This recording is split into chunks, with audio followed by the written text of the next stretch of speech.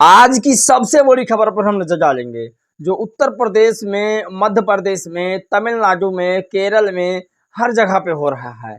जातिवाद का घोर अपराध है। इस पर बाबा साहब अम्बेडकर ने पहले कहा था कि अगर जाति का कोई नाम लेता है तो उस पर मुकदमे भी दर्ज हो सकते हैं।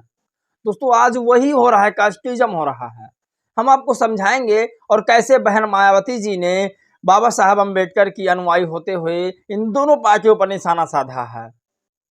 चाहे वो देश की सबसे बड़ी पार्टी भाजपा हो या कांग्रेस हो, उन दोनों पार्टियों को अंकुश लगाने के लिए, उनके विचारधारों को रोकने के लिए मायावती जी ने कैसे रोका है उन्हें, हम आपको इस वीडियो में समझाएंगे और आपको बताएंगे कि इस वीडियो का मेरा बनाने का मतलब क्या है।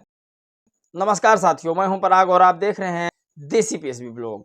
दोस्तों इस वीडियो में हम आपको एक निष्पक्ष पत्रकारिता करके दिखाएंगे जो आपको बड़े लेवल पर, जो बड़े पैमाने पर मीडिया वाले होते हैं वो नहीं दिखाते हैं, वो बातें नहीं बताते हैं। हम वो बातें आपको बताएंगे।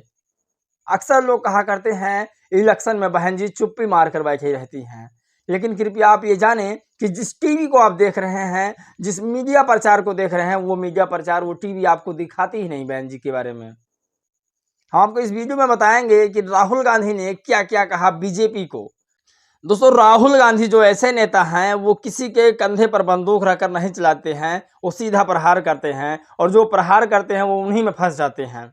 चलिए हम आपको बताते हैं कि बीजेपी को राहुल गांधी ने क्या कहा। साथियों बीजेपी को राहुल गांधी ने कहा, आदिवासी देश के बजट के 100 रुपये में मात्र 10 पैसे पर निर्णय ले लेते हैं, ये बहुत शर्मनाक की बात है।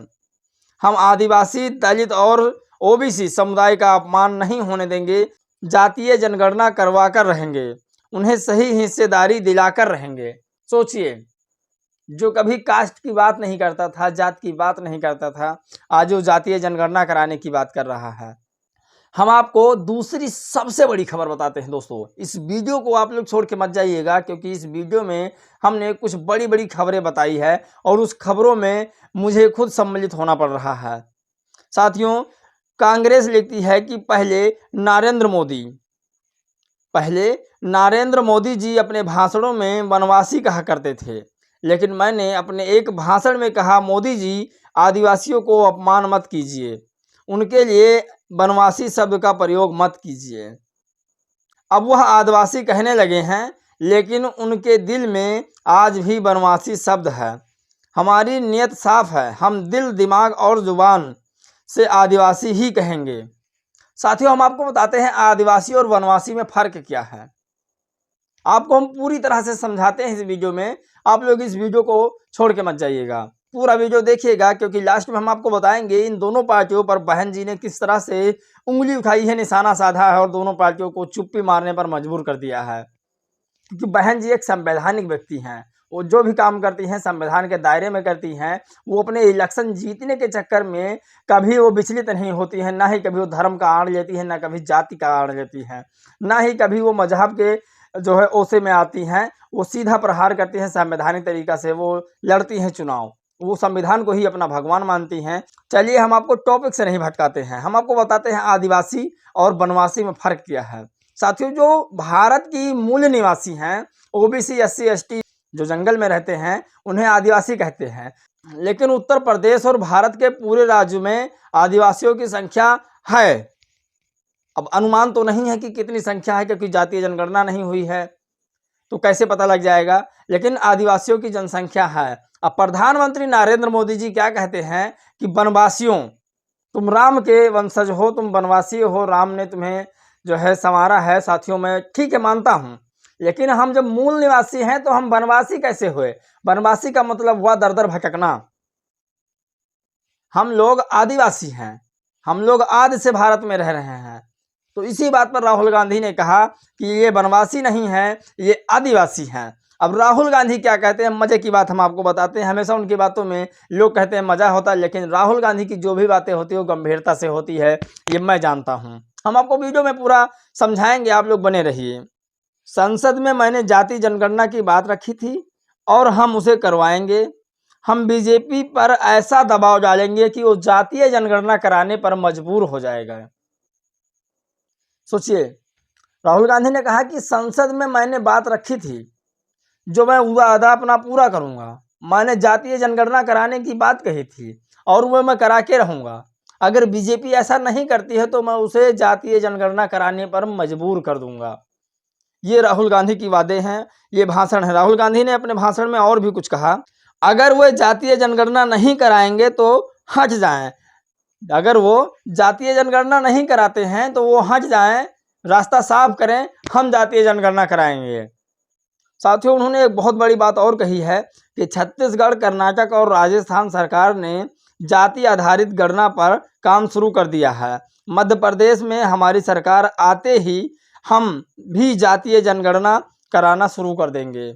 सोचिए साथियों, जो पिछले 60 साल से भारत में रह रहे हों, 1930 में शायद पहली बार जनगणना हुई थी, शायद 1930 में। उसके बाद जनगणना हुई ही नहीं। बिहार में जनगणना हुई क्योंकि वहां बहुजनों की सरकार है, ओबीसी की सरकार है, इसलिए जातीय जनगणना हुई।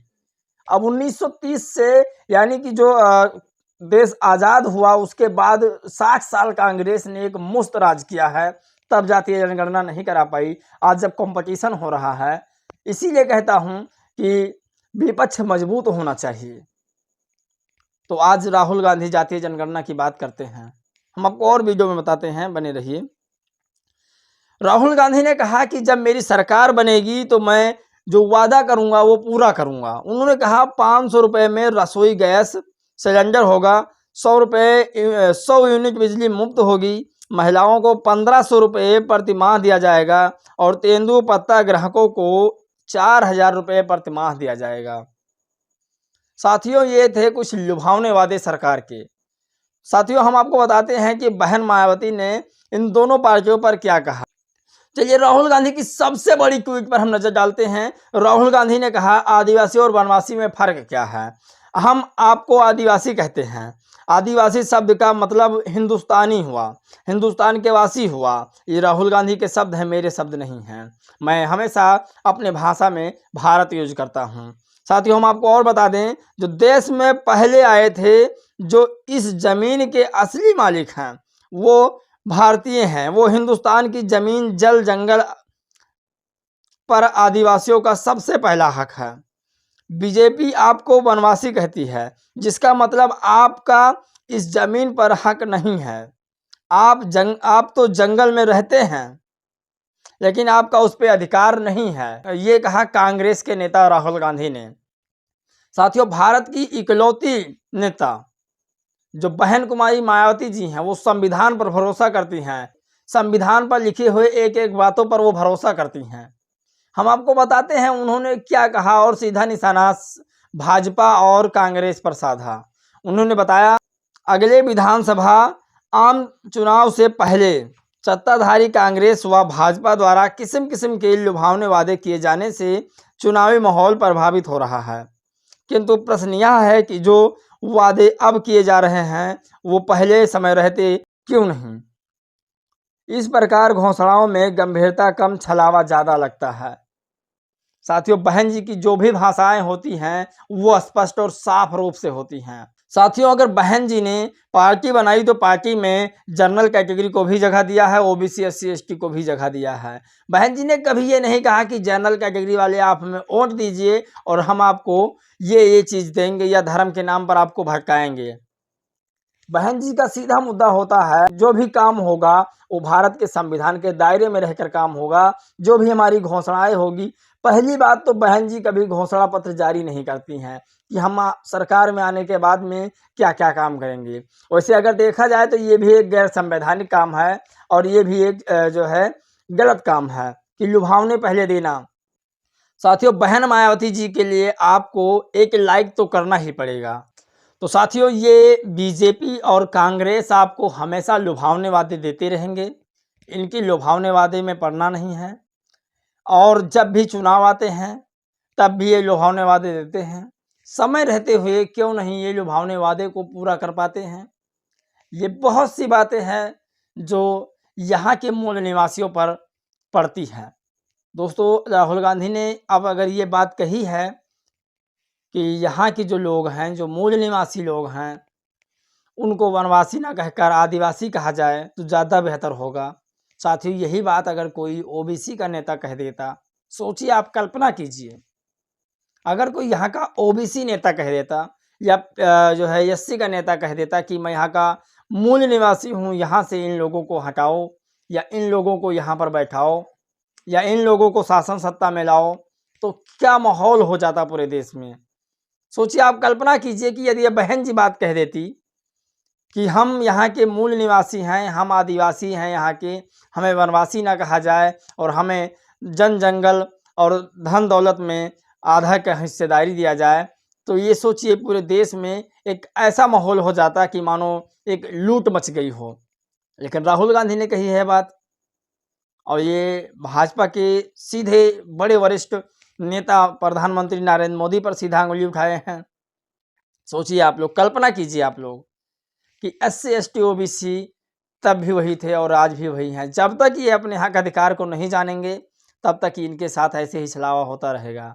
चाहे वो कांग्रेस हो, चाहे वो भाजपा हो, तरह तरह के लुभावने वादे देते रहेंगे और ये लोग उसी में भटकते रहेंगे। इस वीडियो में बस इतना ही साथियों, मिलेंगे एक और नई वीडियो में, तब तक के लिए साथियों आप सभी को जय भीम, नमो बुद्धाय।